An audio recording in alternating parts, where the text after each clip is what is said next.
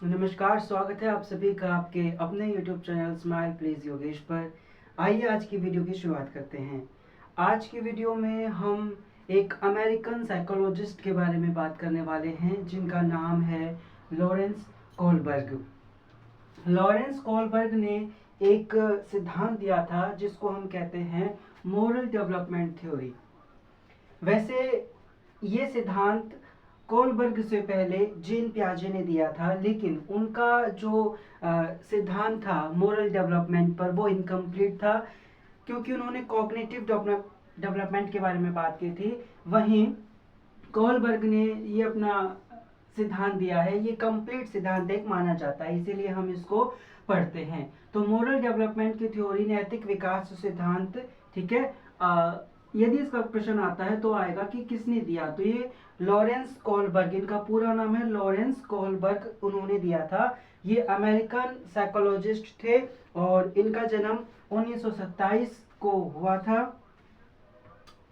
यहाँ मैं लिख देता हूँ, 1927 में इनका जन्म हुआ था और 1987 में इनकी डेथ हुई थी, यानी कि 60 वर्ष की उम्र में इनकी डेथ हो गई थी। ठीक है। अब एक इंटरेस्टिंग फैक्ट ये है कि लॉरेंस कोहलबर्ग की जो डेथ थी वो नेचुरल नहीं थी, बल्कि इनको एक पैरासाइटिक इन्फेक्शन था और इन्होंने सुसाइड कर लिया था। राइट। चलिए, इन्होंने नैतिक विकास के 3 स्तर दिए हैं और 6 उसके स्टेजेस दिए हैं, यानी कि 3 लेवल और 6 स्टेजेस की बात करते हैं कोहलबर्ग किसकी, नैतिक विकास सिद्धांत की। अब नैतिक विकास सिद्धांत पढ़ने से पहले ना इन्होंने एक सर्वे किया था, एक रिसर्च की थी जिसमें इन्होंने 70 लड़कों को लिया था जिनकी उम्र लगभग 10 से 16 साल की थी। ठीक है।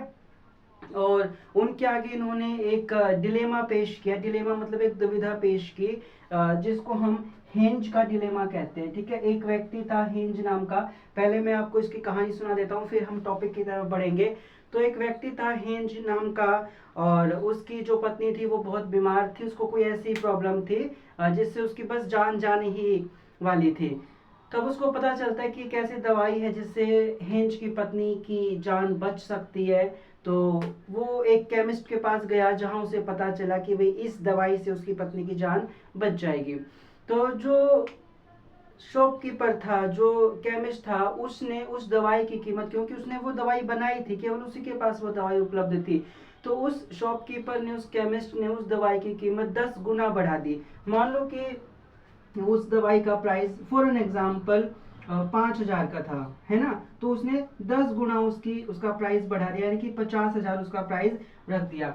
अब क्योंकि जो हेंस था वो एक गरीब व्यक्ति था और उसकी पत्नी बहुत बीमार थी और उसे दवाई की सख्त जरूरत थी, तब इतने में वो क्या करता है, जो केमिस्ट है उसको कहता है कि भाई ये दवाई यदि चाहिए तो इतने पैसे दो वरना फिर जाओ।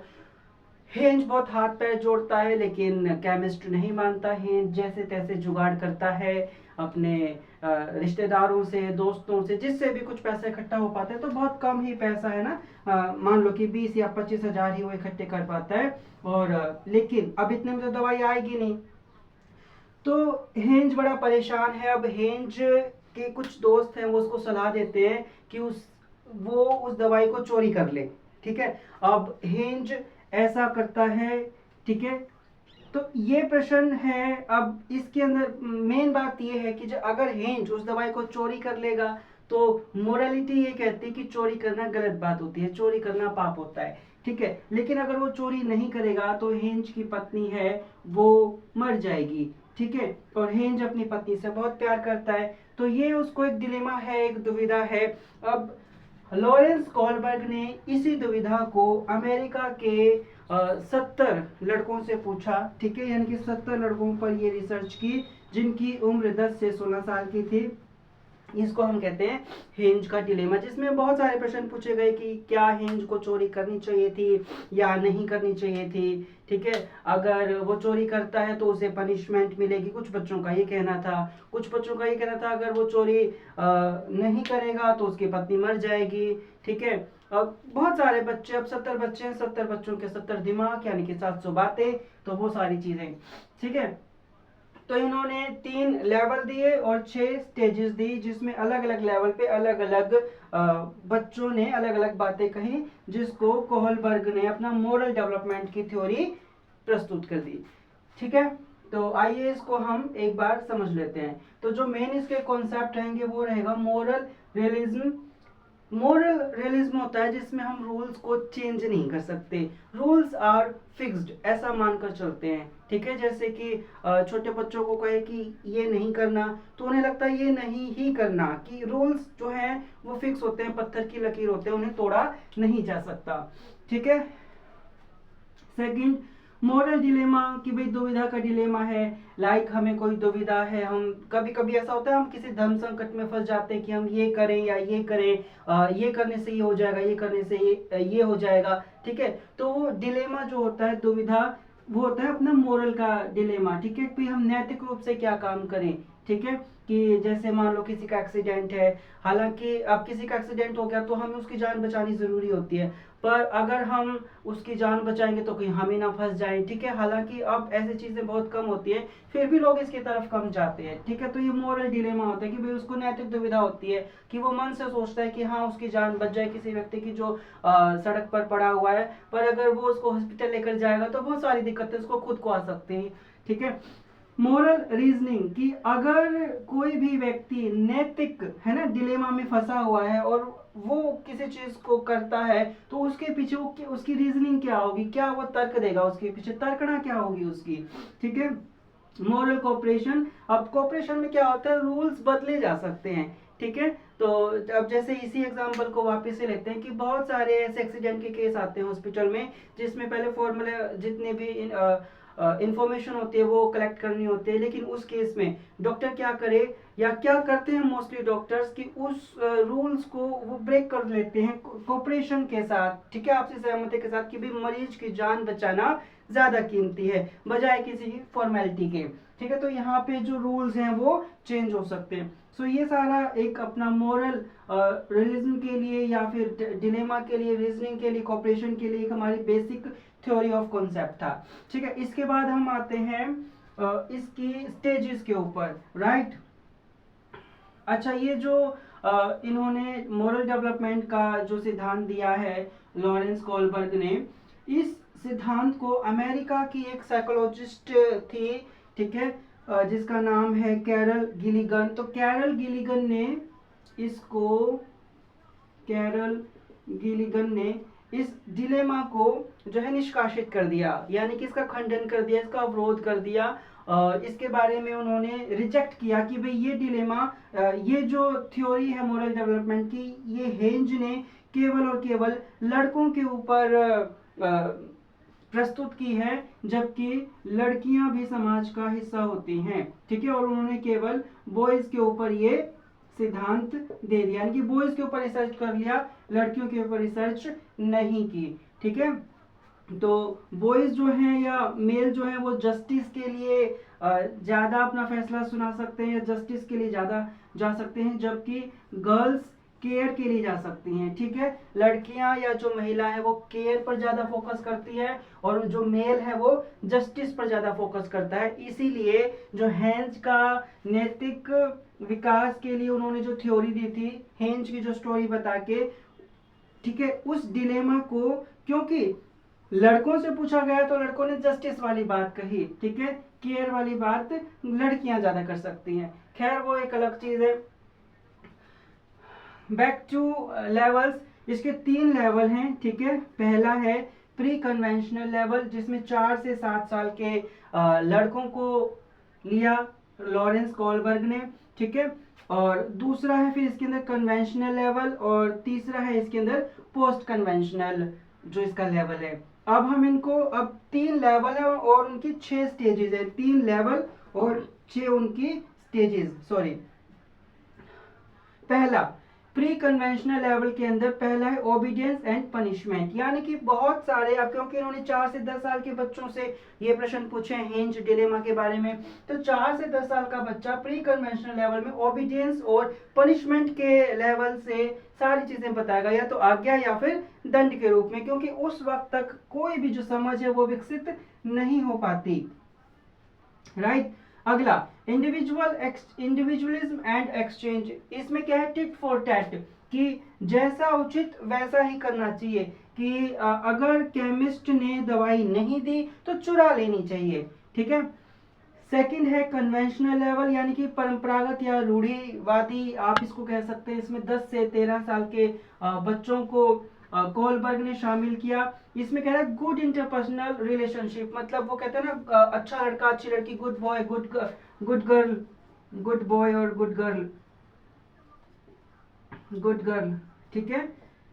यानी कि अब इसमें देखो किसी भी प्रकार की पनिशमेंट नहीं है, लेकिन एक खुद को अच्छा प्रस्तुत करने के लिए, अच्छा दिखाने के लिए यहाँ पे इन लोगों ने ये चीज बताई है। ठीक है। तो उसी हिसाब से बच्चों ने अपने अपने सुझाव दिए। लो, चौथा है इसके अंदर लॉ एंड ऑर्डर ओरिएंटेशन, यानी कि कानून सर्वोपरि होता है, कि चाहे कुछ भी हो जाए, और हेंज को चोरी नहीं करनी चाहिए थी, वो कानून से ऊपर नहीं है, चोरी करना गलत बात है, बुरी बात होती है, तो लॉ एंड ऑर्डर से कुछ भी बड़ा नहीं होता। ठीक है। और अब तीसरे की बात करते हैं। तीसरा होता है पोस्ट कन्वेंशनल, मतलब हम इसको कहते हैं उत्तर परंपरागत का स्तर। इसमें 13 साल से बड़े लड़कों पर ये जो रिसर्च है ये की गई कोलबर्ग द्वारा। अब इसके अंदर हमारा जो मॉरल डेवलपमेंट है वो हो जाता है, यानी कि नैतिक रूप से हमारी समझ विकसित हो जाती है, क्या सही है क्या गलत है ना, क्या राइट है क्या रॉन्ग है, इस चीज की हमें भली भांति जानकारी हो जाती है। अब इसके अंदर आता है, इसके अंदर 5वीं स्टेज आती है सोशल कॉन्ट्रैक्ट ओरिएंटेशन, कि भी समाज के सामाजिक अनुबंध के आधार पर, ठीक है, किस प्रकार से हम व्यवहार करते हैं। तो ये भी एक बात इसके अंदर देखनी होगी कि भाई जो लोग हैं वो समाज के भी, समाज क्या कहेगा, सोसाइटी क्या कहेगी, है ना, सोसाइटी के हिसाब से लॉ एंड ऑर्डर भी आता है ना, और फिर कहीं ना कहीं लॉ एंड ऑर्डर से ऊपर सोसाइटी भी हो जाती है कभी कभी। ठीक है। तो इन सारी चीजों पर कुछ बच्चों ने अपने तर्क दिए।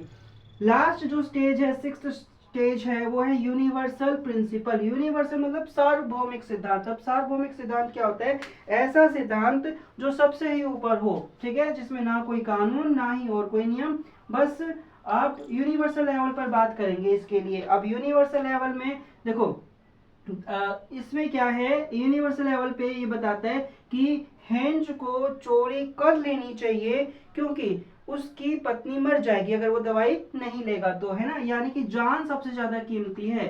Life is more than anything, life is more than anything.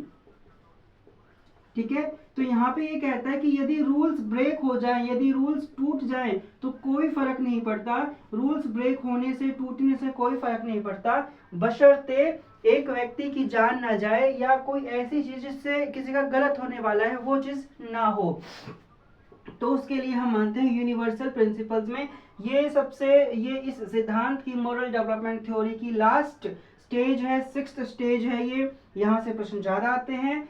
तीसरा लेवल है क्योंकि पोस्ट कन्वेंशनल में है और 6th स्टेज है। ठीक है। अब ऐसे कुछ व्यक्तियों की हम बात कर लेते हैं जिन्होंने यूनिवर्सल लेवल के लिए, यानी कि कुछ देखो बहुत ही कम व्यक्ति होते हैं जो यूनिवर्सल प्रिंसिपल के लिए काम करते हैं, या वो सारे नियमों को तोड़ देते हैं, वो ये भी नहीं सोचते फिर समाज क्या कहेगा क्या नहीं कहेगा, समाज में उनको अच्छा माना जाएगा या नहीं माना जाएगा। ठीक है। जैसे कि महात्मा गांधी, ठीक है, महात्मा गांधी ने दांडी मार्च किया, ब्रिटिश सरकार के विरुद्ध कदम उठा लिया। ठीक है। इन्होंने ये सारी चीजें की। अब इन्होंने रूल तो तोड़ा, ठीक है, लेकिन रूल किसके लिए तोड़ा, आजादी के लिए रूल तोड़ा। ठीक है। अपने देश की जनता के लिए रूल तोड़ा। ठीक है। भगत सिंह, आप सबको पता है भगत सिंह ने असेंबली के अंदर बम फेंका। ठीक है। हालांकि अब भगत सिंह ने यहाँ पर हिंसा तो की, लेकिन उस हिंसा का जो उद्देश्य था वो अच्छाई के लिए था। तो इसमें हम इसको यूनिवर्सल प्रिंसिपल मानेंगे कि भले ही भगत सिंह ने हिंसा की, बम फेंका, लेकिन अच्छाई के लिए, इंडिपेंडेंस के लिए, आजादी के लिए, ठीक है। और मदर टेरेसा लगा लो, मदर टेरेसा, ठीक है। और महाराज शिवाजी के पुत्र संभाजी महाराज, ठीक है, संभाजी महाराज, संभाजी महाराज, ठीक है। इन्होंने भी, अब देखो संभाजी महाराज ने क्या किया, इन्होंने, औरंगजेब ने संभाजी महाराज को चालाकी से पकड़ लिया।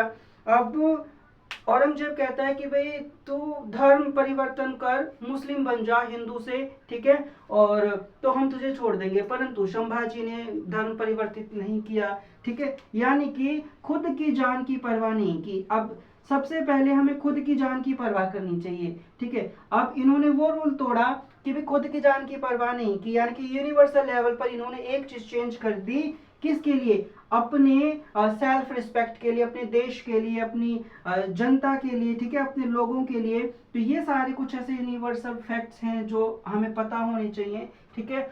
ये पूरा का पूरा अपना सिद्धांत था, इसको हम नैतिक विकास का सिद्धांत कहते हैं। इसके 3 लेवल होते हैं और 6 इसकी स्टेजेस होती हैं। Moral development theory Lawrence Kohlberg द्वारा दिया गया था और अमेरिकन साइकोलॉजिस्ट थे लॉरेंस कोलबर्ग, ठीक है। वैसे इनकी डेट ऑफ बर्थ नहीं पूछेंगे, बट ये यदि फिर भी पूछ ले तो 1927 में इनका बर्थ हुआ था और 87 में इनकी डेथ हुई थी।